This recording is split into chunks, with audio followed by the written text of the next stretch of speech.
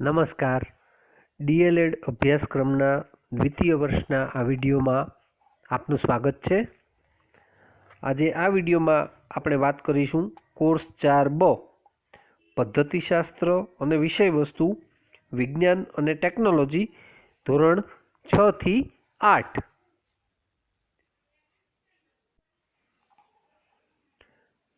આજે આપણે એકમ 3 વર્ગખંડ વ્યવહાર અને મૂલ્યાંકન એ ચેપ્ટર વિશે આગળ વાત કરીશું.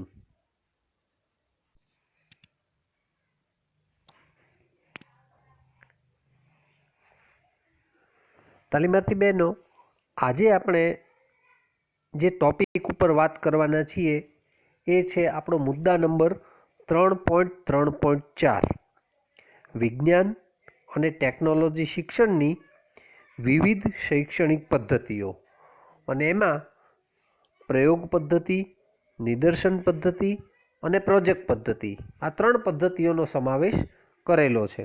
તો સૌથી પહેલી પ્રયોગ પદ્ધતિ વિશે માહિતી મેળવીએ. પ્રયોગ પદ્ધતિની જ્યારે આપણે વાત કરીએ છીએ ત્યારે આપણો જે વિજ્ઞાન શિક્ષણનો મહત્ત્વનો હેતુ જે છે એ બાળકોમાં વૈજ્ઞાનિક વલણ કેળવાય, વિદ્યાર્થીઓમાં વૈજ્ઞાનિક વલણ કેળવાય એ બાબત તરફ ધ્યાન દોરવાનો છે. એનો અર્થ એ થયો કે વિદ્યાર્થી પોતે અવલોકન કરે, કે પોતે અનુભવ કરે અને પછી કાર્યકારણ સંબંધ તપાસી યોગ્ય નિર્ણય લેતો થાય, સત્યને સ્વીકારતો થાય. આ ઉપરાંત ધીરજ અને ચોકસાઈના ગુણોનો વિકાસ કરે. અને એટલા માટે શિક્ષક દ્વારા વિજ્ઞાનનું સૈદ્ધાંતિક જ્ઞાન વિદ્યાર્થીઓને આપવામાં આવે અને વિદ્યાર્થી જાતે પ્રયોગ કરે, અનુમાનો કરે, નિર્ણય કરે અને સિદ્ધાંત તારવે કે ચકાસે. આ ઉપરાંત અન્ય વિષયોની તુલનામાં વિજ્ઞાન શિક્ષણમાં પ્રાયોગિક કાર્યનું મહત્ત્વ એ સવિશેષ છે. એટલે વિદ્યાર્થી જાતે પ્રયોગ કરે અને એમ કરતાં કરતાં તેનામાં પ્રાયોગિક કૌશલ્ય વિકસે.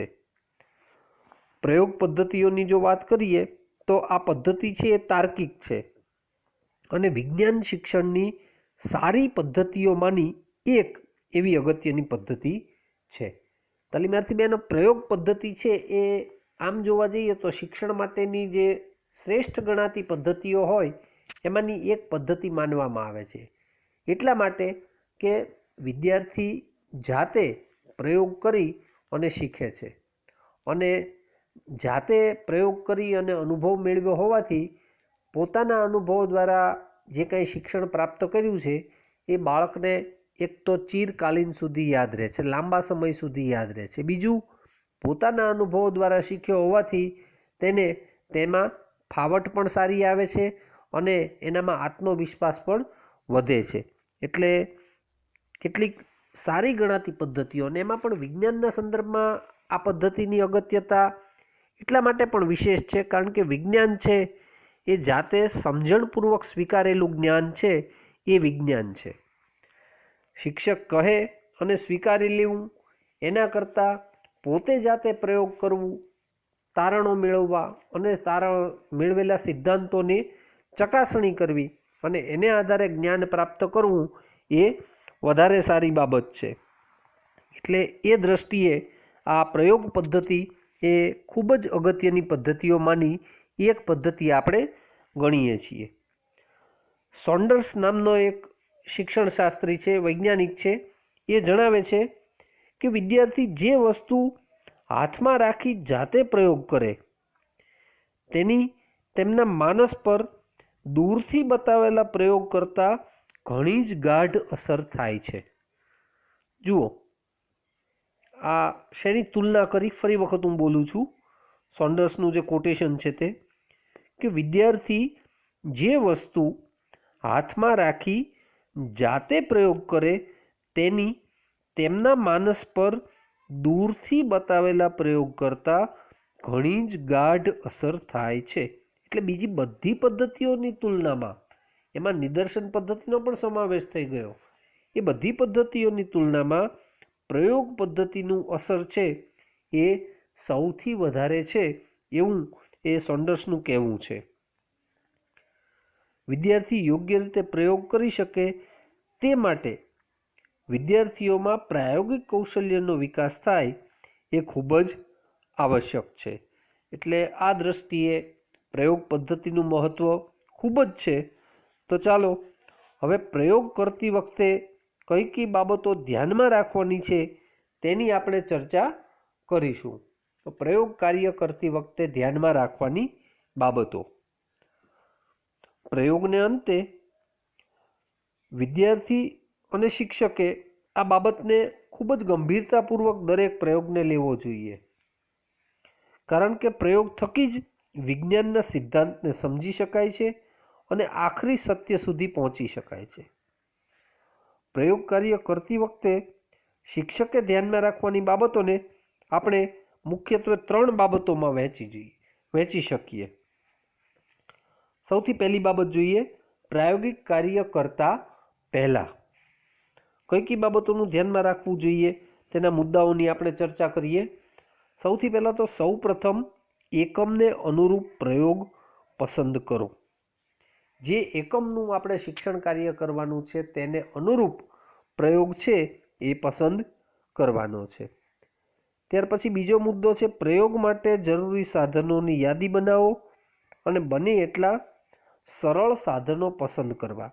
જો અહીંયા બાળકના સંદર્ભમાં જ્યારે આપણે વાત કરીએ ત્યારે આ એક ખૂબ જ અગત્યની બાબત છે કે પ્રયોગ માટે જરૂરી સાધનની યાદી પણ બનાવવી અને બને એટલા સરળ સાધનો પસંદ કરવા. એક પ્રયોગ માટે એક કરતાં વધુ પ્રકારના સાધનો ઉપલબ્ધ હોય ત્યારે આપણે આ ધ્યાનમાં રાખવાનું છે કે બને એટલો પ્રયોગ એ સરળ સાધનોની મદદથી જો શીખવી શકાય તો બાળકને એ શીખવાની વધુ મજા આવે છે. ત્યાર પછી વિદ્યાર્થી આ સાધનોથી તથા તેની કાર્ય પદ્ધતિથી પરિચિત છે કે કેમ તે ચકાસી લો. એટલે બાળકની જાણકારી આપણે મેળવવાની છે કે બાળક આ સાધનથી પરિચિત છે, તેની કાર્ય પદ્ધતિથી પરિચિત છે કે નહીં, તેની ચકાસણી કોણે કરવાની છે? તો કે શિક્ષકે કરવાની છે. આ ઉપરાંત પ્રાયોગિક કાર્ય દરમિયાન સંભવિત ભય સ્થાનો હોય તો એ વિશે વિચારી લેવું. શિક્ષક માટે આ ખૂબ જ અગત્યનું ફેક્ટર છે વિદ્યાર્થીઓની સલામતીના સંદર્ભમાં, કે આ પ્રયોગ કાર્ય દરમિયાન કોઈ મુશ્કેલી ઊભી થઈ શકે એવી 1% શક્યતા પણ છે ખરી. જો એવા કોઈ સંભવિત ભય સ્થાનો હોય, ધારો કે કોઈ પ્રયોગ દરમિયાન એ કંઈક ગેસ અથવા તો કોઈ વાયુ એવો નિર્માણ થવાનો હોય કે જેને કારણે બાળક બેભાન થઈ જાય અથવા તો વધારે પડતો એ વાયુ જો એમાંથી બને તો એને કારણે બાળકના કોઈ અંગને નુકસાન પહોંચે એવું હોય, એવી પરિસ્થિતિ હોય, કોઈક વાયુમાં આંખ બળે એવું હોય, અથવા તો એસિડ કે બેઝ સાથેના પ્રયોગો હોય તો એમાં દાઝી જવાની શક્યતા હોય, ક્યારેક કોઈ બ્લાસ્ટ થાય એવી શક્યતા હોય, ધડાકો થાય એવી કોઈ શક્યતા હોય, અથવા તો કોઈ ઇલેક્ટ્રિકનો પ્રયોગ હોય તો એમાં શોર્ટ સર્કિટ થાય એવી શક્યતાઓ હોય. તો આ બધા જે છે એ બાળકની જે ભયસ્થાન કહેવાય, બાળકની જે વ્યક્તિત્વ છે, બાળકનું શરીર છે એને નુકસાન કરી શકે એ પ્રકારના આ બધા પ્રયોગો શક્ય છે.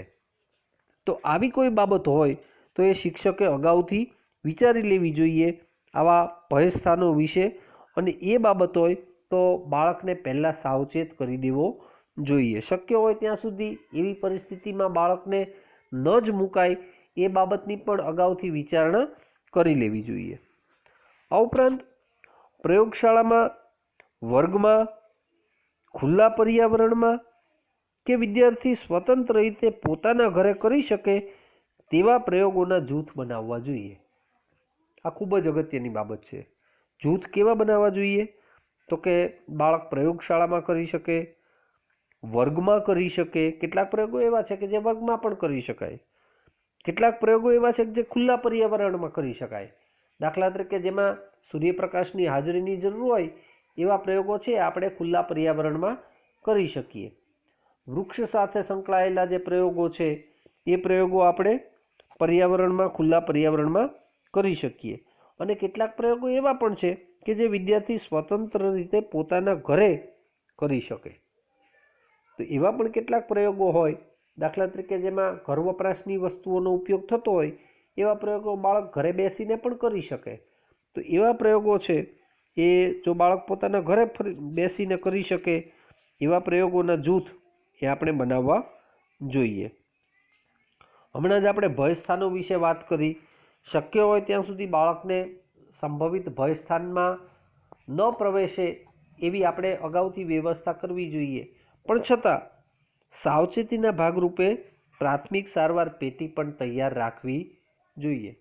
કારણ કે બાળક પ્રયોગ કરતું હોય ત્યારે જે પ્રયોગ છે એમાં ક્યાંકથી કશુંક જો વાગી જાય, નુકસાન થાય એવી શક્યતા આપણને દેખાય, અને એવું ન થાય એટલા માટે સાવચેતીના ભાગરૂપે પ્રાથમિક સારવાર પેટી છે એ તૈયાર રાખવી જોઈએ.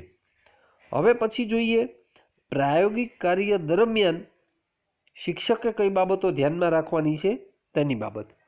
પ્રાયોગિક કાર્ય દરમિયાન સૌથી પહેલાં તો પ્રયોગ માટેના સાધનોને વ્યવસ્થિત ગોઠવી દો. પહેલાં શું કરવાનું છે? પ્રયોગ માટેના સાધનોને વ્યવસ્થિત ગોઠવી દો. ત્યાર પછી વિદ્યાર્થીઓને વ્યવસ્થિત જૂથમાં શાંતિપૂર્વક બેસાડી દો. પહેલાં બાળકોને વ્યવસ્થિત બેસાડી દેવાના છે, શાંતિપૂર્વક જૂથમાં બેસાડવાના છે. ત્યાર પછી પ્રયોગના અવલોકન માટે જરૂરી પુસ્તકો, નોંધપોથી, કંપાસ બોક્સ વગેરે તૈયાર કરાવો.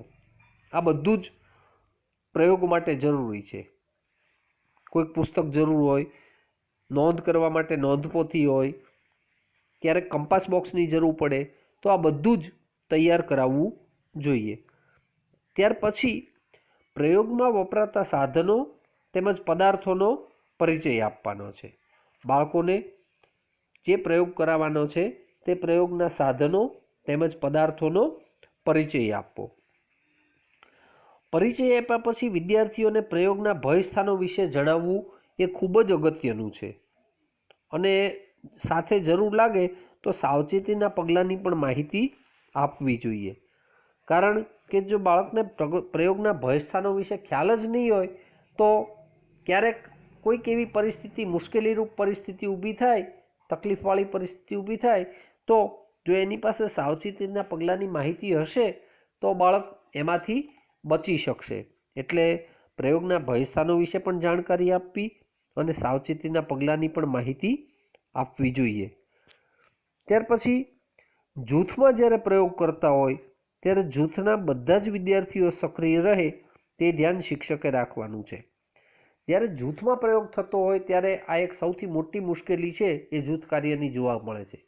જૂથ કાર્યમાં ઘણી વખત શું બને છે કે જો 5 વિદ્યાર્થીઓનું જૂથ હોય તો 5માંથી 1 કે 2 જ વિદ્યાર્થીઓ છે એ સક્રિયપણે કાર્ય કરતા હોય, બાકીના જે વિદ્યાર્થીઓ છે એ નિષ્ક્રિય હોય અથવા તો એમાં પૂરક કામગીરી કરતા હોય.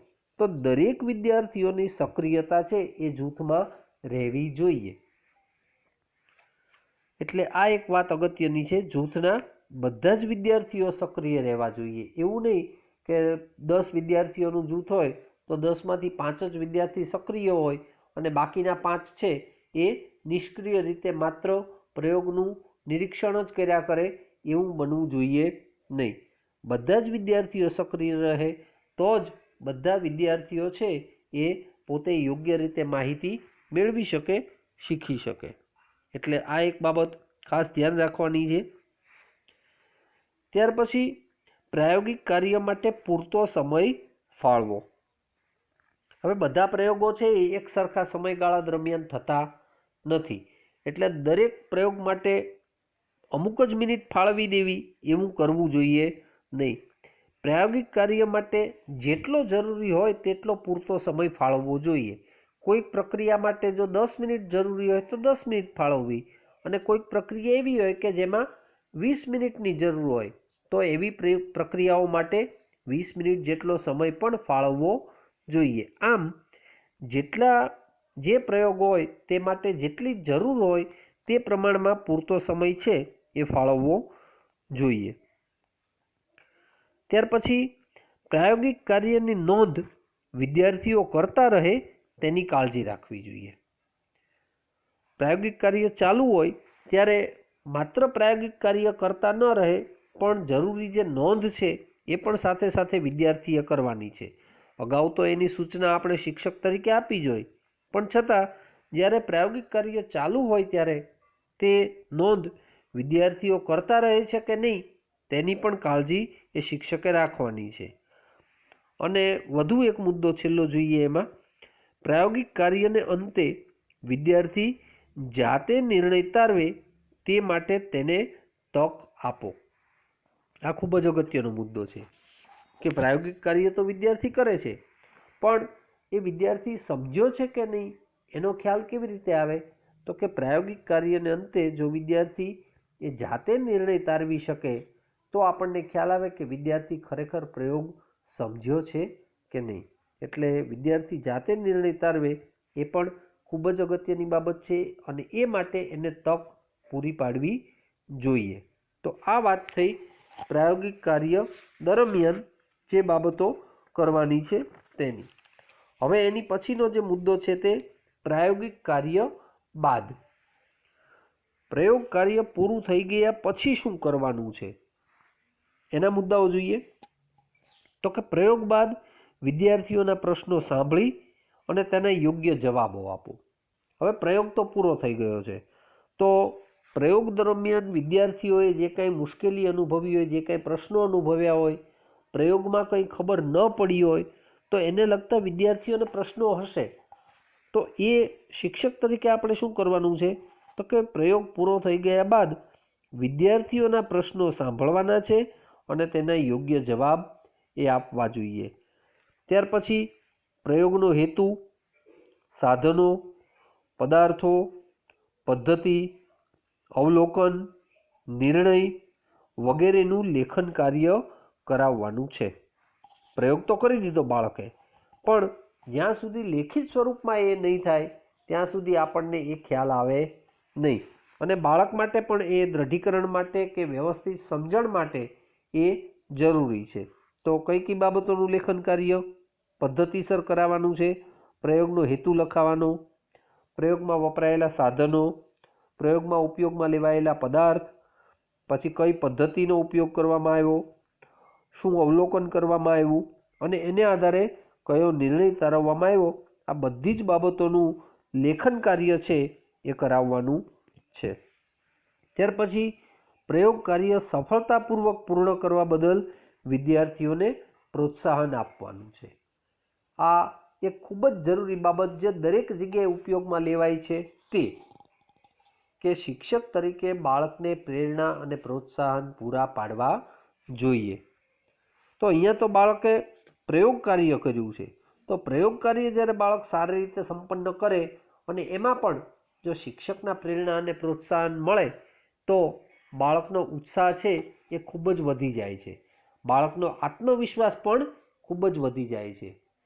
બાળકના કાર્ય ઉપર શિક્ષકની મંજૂરીની મહોર એ લાગવી, શિક્ષક તરફથી પ્રેરણા અને પ્રોત્સાહન મળવા એ બાળક માટે કોઈ ઇનામથી જરા પણ ઓછી બાબત નથી. એટલે સારી રીતે સફળતાપૂર્વક જ્યારે બાળક પ્રયોગ કાર્ય પૂર્ણ કરે છે ત્યારે વિદ્યાર્થીઓને પ્રોત્સાહન રૂપે 2 શબ્દો એ એના વખાણના કહેવા જોઈએ. એણે કરેલા સારા પ્રયત્નો માટે તેને અભિનંદન પણ પાઠવવા જોઈએ. અને છેલ્લે રોજબરોજની દૈનિક, સામાજિક કે ધાર્મિક ક્રિયાઓમાં આમ કેમ કરવામાં આવે છે તે પાછળનું વૈજ્ઞાનિક કારણ પણ આપણે બાળકને સમજાવવું જોઈએ. તો આ જે બાબત હતી એ પ્રાયોગિક કાર્ય બાદ કઈ કઈ બાબતોનું ધ્યાન શિક્ષકે રાખવાનું છે, કઈ કઈ બાબતોની જાણકારી કે ખ્યાલ શિક્ષકે રાખવાનો છે તે મુદ્દાઓની આપણે અત્યારે ચર્ચા કરી. હવે પછીનો મુદ્દો છે પ્રયોગ પદ્ધતિના ગુણ. તો ચાલો પ્રયોગ પદ્ધતિના ગુણ જોઈએ. એના પણ કેટલાક મુદ્દાઓ છે, આપણે એ મુદ્દાઓની પણ ચર્ચા કરીએ. સૌથી પહેલો મુદ્દો છે વિદ્યાર્થીઓમાં સર્જનાત્મકતાના ગુણનો વિકાસ થાય છે. હવે જુઓ તાલીમાર્થી બહેનો, પ્રયોગ પદ્ધતિ છે, આપણે અગાઉ ચર્ચા કરી એ રીતે કે પ્રયોગ પદ્ધતિમાં બાળક જાતે પોતાના પ્રયોગો કરે છે, જાતે પોતે પ્રયત્ન કરે છે અને એ જ્ઞાન પ્રાપ્તિ કરવાનો પ્રયત્ન કરે છે. એટલે બાળકની જે સર્જન શક્તિ છે, સર્જનાત્મકતાનો જે ગુણ છે બાળકનો, એ સૌથી વધુ વિકાસ થાય છે. ત્યાર પછી બીજા કેટલાક ગુણ છે એ પણ વિકસે છે. કયા કયા વિકસે છે? તો કે વિદ્યાર્થીઓની અવલોકન શક્તિ પણ વિકસે છે, કારણ કે પ્રયોગની સાથે સાથે એ પ્રયોગનું અવલોકન પણ કરે છે. આ ઉપરાંત નિર્ણય શક્તિનો પણ વિકાસ થાય છે. બાળકને દરેક તબક્કે, પ્રયોગના દરેક તબક્કે કોઈક ને કોઈક બાબતમાં નિર્ણય કરવાનો છે કે આમ કરવું કે આમ કરવું. એની પાસે રહેલા જે વિકલ્પો છે એ વિકલ્પોમાંથી યોગ્ય વિકલ્પની પસંદગી કરી અને નિર્ણય પ્રક્રિયામાં પણ આગળ વધવાનું છે. અને યોગ્ય રીતે લેવાયેલા નિર્ણયો જ એને સફળતાની સીડી તરફ દોરી જાય છે. માટે બાળકની નિર્ણય શક્તિ પણ વિકસે છે અને તર્ક શક્તિ પણ વિકાસ પામે છે કે આમ કરીએ તો આમ થાય અને આમ કરીએ તો આમ થાય. એમ તર્ક બુદ્ધિનો ઉપયોગ કરી અને બાળક એ પોતે વિકાસ પામે છે. એટલે બાળકમાં એ રીતે અવલોકન શક્તિનો પણ વિકાસ થાય છે, નિર્ણય શક્તિનો પણ વિકાસ થાય છે અને તર્ક શક્તિ પણ વિકસે છે. આ ઉપરાંત બીજા કેટલાક ગુણોનો પણ વિકાસ થાય છે. દાખલા તરીકે વિદ્યાર્થીઓમાં સમૂહમાં કે જૂથમાં કામ કરતા હોવાથી સંઘભાવના પણ વિકસે છે, સહકારની ભાવનાનો પણ વિકાસ થાય છે. જુઓ, જે પ્રયોગ પદ્ધતિ છે એમાં ક્યારેક બાળક જૂથમાં પણ પ્રયોગ કરે છે અને ક્યારેક બાળક વ્યક્તિગત રીતે પણ પ્રયોગ કરે છે. હવે વ્યક્તિગત રીતે પ્રયોગ કરતો હોય તો પણ આ બધી બાબતોની અસર તો પડે જ. જો જૂથમાં બાળક પ્રયોગ કરતો હોય તો એક જ જૂથમાં એક કરતાં વધારે વિદ્યાર્થીઓ છે એ પ્રયોગ કાર્ય માટે હોવાના. તો બધા વિદ્યાર્થીઓ એકબીજાના સહકારથી પ્રયોગનું કાર્ય છે એ સંપન્ન કરવાનો પ્રયત્ન કરે છે. એકને આવડતું હોય એ બીજાને શીખવે છે અને બીજામાં રહેલા સારા ગુણ એ પહેલામાં આરોપાય છે. તો આ રીતે એકબીજાની સાથે એ સંઘભાવનાથી કામ કરે છે અને સહકારની ભાવના દ્વારા એ બાળકની અંદર આ ભાવનાનો વિકાસ થાય છે.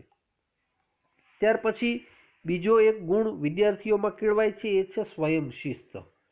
જાતે શિસ્તનું પાલન કરવું.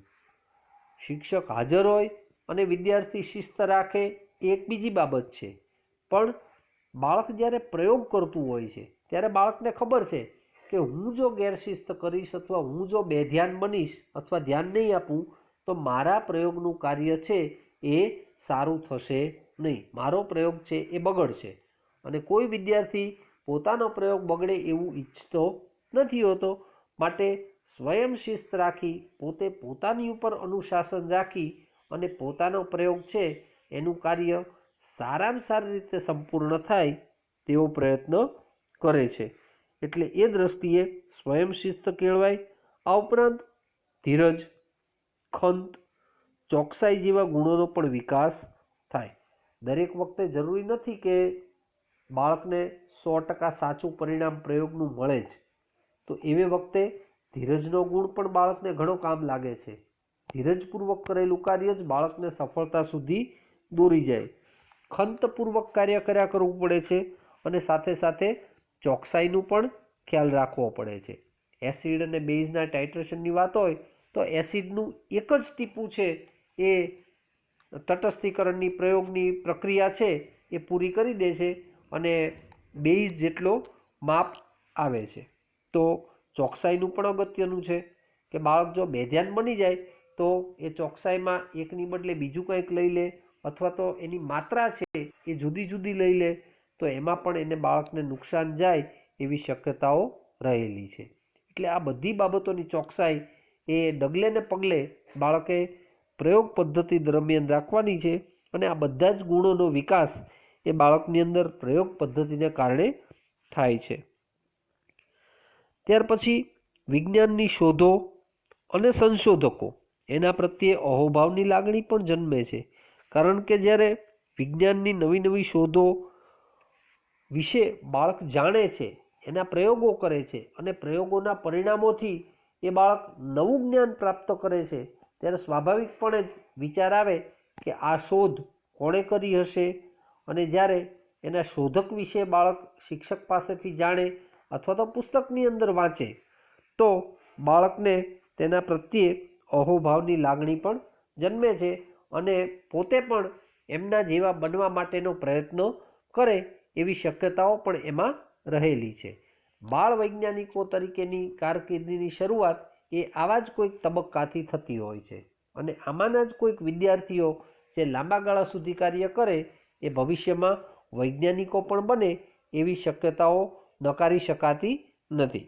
એટલે જે સંશોધકો છે એના પ્રત્યે પણ અહોભાવની લાગણી જન્મે. ત્યાર પછી વિદ્યાર્થીઓમાં સાધનો વાપરવાની આવડતોનો વિકાસ થાય છે.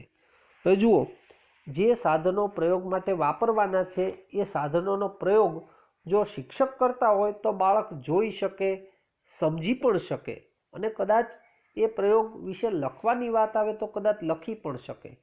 પણ જ્યાં સુધી એ સાધનનો ઉપયોગ પોતે જાતે ન કરે ત્યાં સુધી તે સાધન વાપરવાની આવડત તેનામાં આવતી નથી. કોઈ નાનું સાધન ભલે કેમ નથી, દાખલા તરીકે ચીપિયો તો નાનકડું સાધન છે ચીપિયો, પણ ચીપિયો હાથથી કેવી રીતે પકડવો અથવા તો ચીપિયાની મદદથી બીજી કોઈ વસ્તુ પકડવાની હોય તો કેવી રીતે પકડવી એ પણ કૌશલ્ય માગી લેતી બાબત છે. એસિડનું એક ટીપું વારાફરતી કેવી રીતે નાખવું એ કુશળતા માગી લે એવી બાબત છે. અને જ્યાં સુધી એ જે તે સાધન, પછી એ બ્યુરેટ હોય, પછી એ પીપેટ હોય કે પછી અન્ય કોઈ પણ સાધન હોય, જ્યાં સુધી બાળક પોતે એ સાધનનો ઉપયોગ કરવાનો પ્રયત્ન કરતો નથી ત્યાં સુધી તેનામાં તે સાધન વાપરવાની આવડત વિકસતી નથી. એટલે સૌથી વધુ શ્રેષ્ઠ અનુભવ એ જ છે કે બાળક જાતે પ્રયોગ કરે. જો જાતે પ્રયોગ કરશે તો જ પ્રયોગમાં વપરાતા સાધનો એ બાળક જાતે વાપરશે અને તો જ એનામાં એની આવડત છે એ વિકસશે. જાતે જુદા જુદા પ્રકારના સાધન પકડવા, ક્યારેક એ પકડેલા સાધનો છે એને ફિટ કરવા અથવા તો પકડેલા સાધન છે એને ટેબલ ઉપર પુનઃ ગોઠવવા, આ બધી જ બાબતો કાળજી પણ માગી લે છે અને કુશળતા પણ માગી લે છે.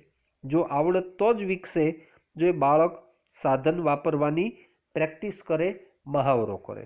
એટલે પ્રયોગ પદ્ધતિ એ દ્રષ્ટિએ પણ બાળકમાં સાધન વાપરવાની જે કુશળતા છે એ વિકસાવવામાં મદદ કરે છે. એક બીજો મુદ્દો છે વૈજ્ઞાનિક વલણ કેળવાય. બાળકમાં વૈજ્ઞાનિક વલણ એ કેળવાય છે કારણ કે પ્રયોગ પદ્ધતિ છે એ બાળકને વિજ્ઞાન તરફનો ઝોક વધારવામાં ઉપયોગી થાય છે. અને વધારે એક મુદ્દો જોઈએ પ્રયોગ પદ્ધતિના ગુણનો, કે જાતે પ્રયોગ કરતો હોવાને કારણે સ્વ આનંદ મળે છે. બાળક જાતે કામ કરે છે અને જાતે કરતો હોવાને કારણે એ પોતાની જાત પ્રત્યે પણ ગૌરવની લાગણી અનુભવે છે અને આનંદની લાગણી પણ અનુભવે છે કારણ કે એ કામ એ પોતે જાતે પોતાની જાતે કરે છે. એટલે બાળક માટે આ એક ખૂબ જ અહોભાવનો વિષય છે. ખૂબ જ આનંદની લાગણી બાળકને આ પ્રયોગ પદ્ધતિમાં કામ કરવાને કારણે મળતી હોય છે. તો આ વાત હતી પ્રયોગ પદ્ધતિના ગુણ વિશેની. એની પછીનો જે મુદ્દો છે એ છે પ્રયોગ પદ્ધતિની મર્યાદા. પ્રયોગ પદ્ધતિના ગુણ તો આપણે જોયા જ, પણ સાથે સાથે એની કેટલીક મર્યાદાઓ પણ છે. તો ચાલો એની મર્યાદાઓ વિશે પણ થોડી જાણકારી મેળવી લઈએ. સૌથી પહેલી મર્યાદા એ છે કે શાળાઓ પાસે વિદ્યાર્થીઓના જૂથને આપવા માટે સાધનોના સેટ એ પૂરતા હોતા નથી. આ એક વાસ્તવિકતા છે. 50 વિદ્યાર્થીઓનો વર્ગ હોય તો 50 વિદ્યાર્થીઓ માટે 50 સેટ કોઈ એક જ પ્રયોગના એ દરેક શાળા વસાવી શકે નહીં. આ વાસ્તવિકતા છે. એટલે આ એક મર્યાદા છે એ પ્રયોગ પદ્ધતિનો અમલ કરવા માટે એ દરેક શાળાઓને કે દરેક બાળક સુધી પહોંચવા માટે નડતરરૂપ થાય એવી વાસ્તવિક બાબત છે અને આ એક પ્રયોગ પદ્ધતિ માટેની ખૂબ જ મોટી મર્યાદા ગણી શકાય. બીજી એક મર્યાદા એ છે કે કેટલી શાળાઓમાં પ્રયોગશાળા કે પ્રયોગખંડ પણ હોતા નથી. આપણે ભલે વાત ગમે તેટલી કરીએ કે પ્રયોગશાળા હોવી જોઈએ, પ્રયોગખંડ હોવો જોઈએ, આટલા માપનો હોવો જોઈએ, પણ વાસ્તવિકતા એ છે કે બધી શાળાઓ પાસે પોતાની પ્રયોગશાળા પણ હોતી નથી કે પ્રયોગખંડ પણ હોતા નથી. તો પછી વિદ્યાર્થીઓને પ્રયોગ કરાવવાની તો વાત જ ક્યાં આવે છે? એટલે આ વાસ્તવિકતા પણ આપણે સમાજની જે છે, શાળાની ભૌતિક સુવિધાઓની છે, એ વાસ્તવિકતા આપણે સ્વીકારવી જોઈએ. ત્યાર પછી કેટલાક પ્રયોગ એવા છે કે જેમાં વિદ્યાર્થીઓને વિચારવાની તક ઓછી મળે એવું બને. બધા પ્રયોગોમાં બાળકને વિચાર કરવાની તક પૂરતા પ્રમાણમાં મળે એવું હોતું નથી. ઘણા બધા પ્રયોગો એવા પણ છે કે જેમાં બાળકને વિચારવાની તક ઓછી મળે. પ્રયોગ કરવાનો છે માટે બાળક પ્રયોગ કરી દે છે, પણ પ્રયોગ કર્યા પછી પણ બાળક વિચારી શકતો નથી કે આવું શા માટે બન્યું. એટલે આવી તક કેટલાક પ્રયોગો એવા હોય છે, બધા પ્રયોગો નહીં, પણ ક્યારેક એવું બનતું હોય છે કે કેટલાક પ્રયોગોમાં બાળકને વિચારવાની તક ઓછી મળે એવું બની શકે. અને છેલ્લી એક મર્યાદા છે કે કેટલાક જોખમી રસાયણવાળા પ્રયોગો વિદ્યાર્થીઓ પાસે કરાવી શકાતા નથી. આ એક બહુ જ નક્કર હકીકત છે, વાસ્તવિકતા છે કે આપણે ગમે એટલો શિક્ષક તરીકે ઈચ્છીએ તો પણ બાળકની સલામતી એ સૌથી પહેલાં ટોપ પ્રાયોરિટીમાં છે. સૌથી મુખ્ય જરૂરિયાતોમાંની એક એ બાળકની સલામતી છે. અને એટલા માટે જોખમી રસાયણોવાળા પ્રયોગો વિદ્યાર્થીઓ પાસે આપણે કરાવી શકતા નથી. એટલે કે શિક્ષણના તમામ મુદ્દાઓ, વિજ્ઞાન શિક્ષણના તમામ મુદ્દાઓ આપણે પ્રયોગ પદ્ધતિથી શીખવી શકીએ નહીં. પ્રયોગ પદ્ધતિ સારી છે, ખૂબ સારી છે, આદર્શ પદ્ધતિઓમાંની એક પદ્ધતિ છે, પણ આમ છતાં આ જે મર્યાદાઓ છે એવી છે કે આપણે બાળકોને 100% વિજ્ઞાન શિક્ષણ એ પ્રયોગ પદ્ધતિના ઉપયોગ દ્વારા કરાવી શકાય નહીં. એને માટે બીજી પદ્ધતિઓની આપણે મદદ લેવી જ પડે. ઘણા બધા પ્રયોગો રસાયણશાસ્ત્રના એવા છે કે જે જોખમી છે. આપણને ખબર છે કે એસિડ છે એની તીવ્રતા કેટલી બધી છે. જો એ હાથ ઉપર કે ચહેરાના ઉપર કે શરીરના કોઈ અન્ય અંગો ઉપર એના છાંટા પણ જો ઉડે તો બાળકને કાયમી નુકસાન થાય એવી શક્યતાઓ રહેલી છે. અને એટલા માટે આવા પ્રયોગો કરાવી શકાતા નથી અને ન જ કરાવવા જોઈએ. કારણ કે શિક્ષણ એની પહેલાં બાળકની સલામતી છે એ અગત્યની છે. એટલે સલામતીના ભોગે ક્યારેય બાળક પાસે કોઈ પણ કાર્ય કરાવી શકાય નહીં. તો આ વાત હતી આ પ્રયોગ પદ્ધતિ માટેની મર્યાદાની. તો તાલીમાર્થી બહેનો, આજના વિડીયોમાં આપણે પ્રયોગ પદ્ધતિ વિશે માહિતી મેળવી.